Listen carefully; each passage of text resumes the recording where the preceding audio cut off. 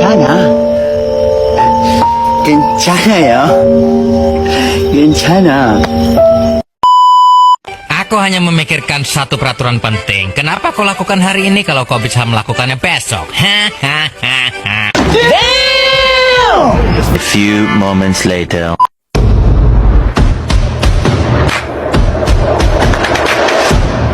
Assalamualaikum warahmatullahi wabarakatuh. Salam Om Swastiastu, Namo Buddhaya, salam kebajikan. Halo semuanya, perkenalkan nama saya Fatimah Hanum Simorangkir dengan stabuk D1023397. Kali ini saya akan menjelaskan mengenai kawasan lindung dan kawasan budaya. Sekarang saya sedang berada di hutan kota, yaitu kawasan lindung yang berada di Sulawesi Tengah. Nanti saya akan menjelaskan mengenai kawasan lindung dan kawasan budaya di video selanjutnya. Ini saya akan menjelaskan mengenai kawasan lindung. Apa sih kawasan lindung itu? Kawasan lindung adalah wilayah yang berfungsi melindungi lingkungan hidup, mencegah bencana, dan menjaga keseimbangan alam. Contoh dari kawasan lindung yang berada pada Kota Palu, Sulawesi Tengah, yaitu hutan kota, seperti yang berada dalam video ini. Selain hutan kota, ada pun sempadan Sungai Palu, sempadan pantai Teluk Palu, kawasan rawan bencana seperti patahan Palu Kora. Adapun ruang terbuka hijau atau RTH. Selain itu, ada fungsi-fungsi dari kawasan lindung. Yang pertama itu adalah fungsi untuk menjaga daerah resapan air, mencegah terjadinya banjir dan juga terjadinya longsor, menjadi paru-paru kota dan juga mengurangi dampak gempa dan juga likuifaksi. Apa sih aturan-aturan yang berada di kawasan lindung? Jika tinggal di kawasan lindung, ada aturan yang tidak boleh dilakukan, yaitu seperti tidak boleh membangun rumah permanen, tidak boleh membuka usaha besar, dan juga tidak boleh mendebang pohon dengan sembarangan. Di sana itu hanya boleh melakukan kegiatan terbatas, seperti wisata alam tanpa merusak lingkungan. Sekarang kita masuk ke dalam kawasan budidaya yang berada di Kota Palu. Apa sih itu kawasan budidaya? Kawasan budidaya adalah wilayah yang diperuntukkan bagi kegiatan pembangunan dan aktivitas ekonomi. Contoh dari kawasan budidaya yang berada di Kota Palu, Sulawesi Tengah itu adalah yang pertama adalah kawasan pemukiman, perumahan, terus itu ada kawasan perdagangan dan jasa seperti pasar, toko, pusat usaha, terus itu ada kawasan pertanian dan perkebunan, ada juga kawasan perikanan. Selanjutnya kita perlu memahami apa sih fungsi dari kawasan budidaya ini.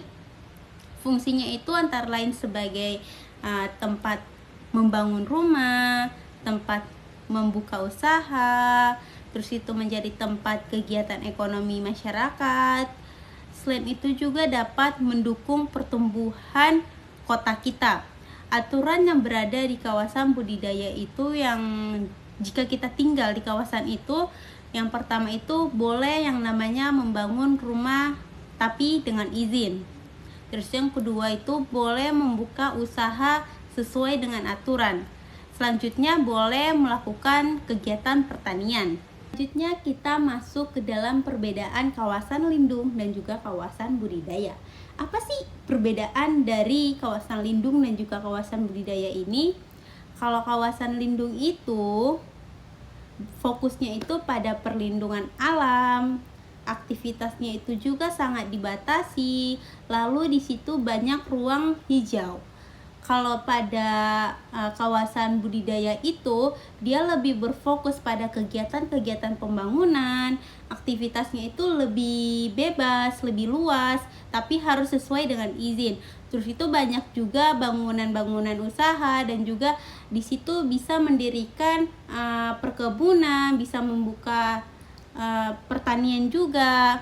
Selain memahami apa itu kawasan lindung dan juga kawasan budidaya, perlu atau penting kita ketahui juga mengetahui bagaimana sih zonasi ini berpengaruh langsung pada kehidupan kita, kehidupan masyarakat yang berada di Kota Palu atau Sulawesi Tengah ini. Zonasi itu bukan hanya peta di atas kertas, tetapi menjadi penentu atau pedoman dalam menentukan boleh atau tidaknya suatu kegiatan dilakukan di suatu lokasi. Ada satu, yang pertama itu adalah dampak bagi masyarakat yang ingin membangun rumah. Jika berada di kawasan lindung, pembangunan rumah permanen tidak diperbolehkan. Dan di kawasan budidaya, perkembangan pembangunan ini diperbolehkan selama mengikuti aturan izin mendirikan bangunan dan ketentuan tata ruang. Hal ini juga membantu dalam mengurangi yang namanya resiko tinggal di area rawan bencana seperti patahan palu kor. Yang kedua itu ada dampak bagi pelaku usaha dan UMKM. Usaha skala besar tidak boleh berdiri di kawasan lindung. Di kawasan budidaya pun, usaha justru didorong untuk berkembang dengan tetap mematuhi perizinan.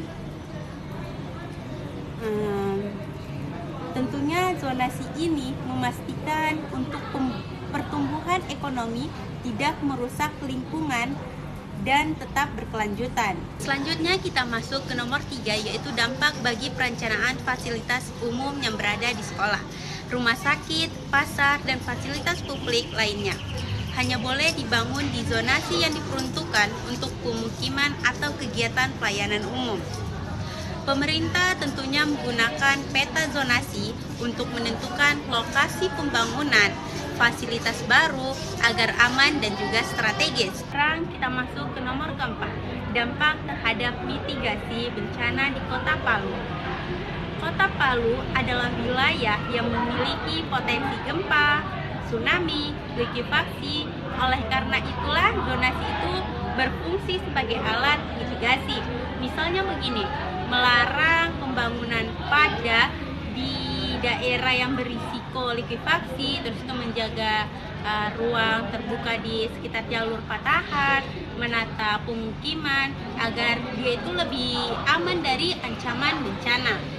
Terus itu masuk yang ke nomor 5, yaitu dampak terhadap kualitas lingkungan dan kesehatan warga. Zonasi itu melindungi hutan kota, ruang terbuka hijau, dan sempadan sungai. Dampaknya itu udara kota itu lebih bersih, suhu kota itu lebih sejuk, resiko banjir lebih rendah, lingkungan hidup lebih nyaman dan sehat bagi masyarakat. Dengan memahami dampak-dampak ini, tentunya masyarakat itu dapat mengetahui mengapa zonasi ini tuh penting dan bagaimana pemanfaatan ruangnya itu sangat berpengaruh terhadap keselamatan. Pembangunan kualitas hidup di Kota Palu atau Sulawesi Tengah ini. Sekarang kita masuk ke nomor 6, yaitu dampak terhadap proses perizinan dan pengawasan tata ruang. Penerapan zonasi juga mempengaruhi proses pengurusan izin oleh masyarakat maupun pelaku usaha. Yang dimana di kawasan lindung, izin mendirikan bangunan atau izin usaha biasanya itu ditolak karena tidak sesuai dengan peruntukan ruang. Di kawasan budidaya, izin dapat diterbitkan lebih cepat selama memenuhi syarat teknis dan administratif. Zonasi ini juga memudahkan pemerintah dalam melakukan pengawasan. Misalnya seperti ini, ketika ada bangunan yang melanggar ruang sempadan sungai, atau ketika ada pembangunan yang masuk wilayah rawan likuifaksi. Terus itu ada yang ketujuh, itu adalah dampak terhadap nilai lahan dan perkembangan kota.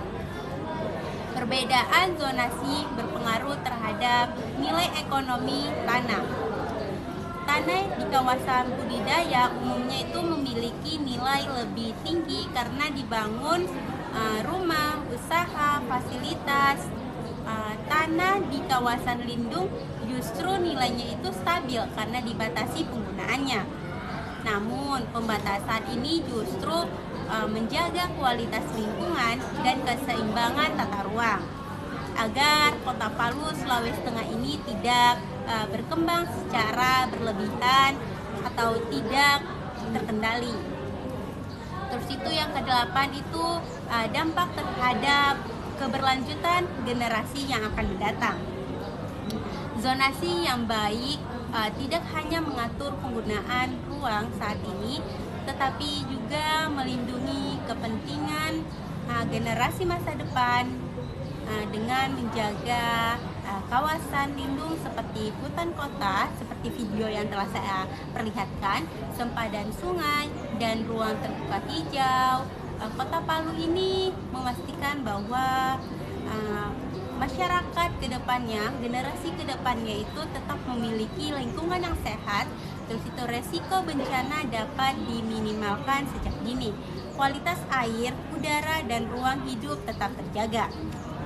Yang ke-9 itu ada dampak terhadap identitas kota dan pariwisata. Kawasan lindung seperti hutan kota Palu, Teluk Palu, dan ruang terbuka hijau menjadi daya tarik wisata alam dan ruang publik bagi warga.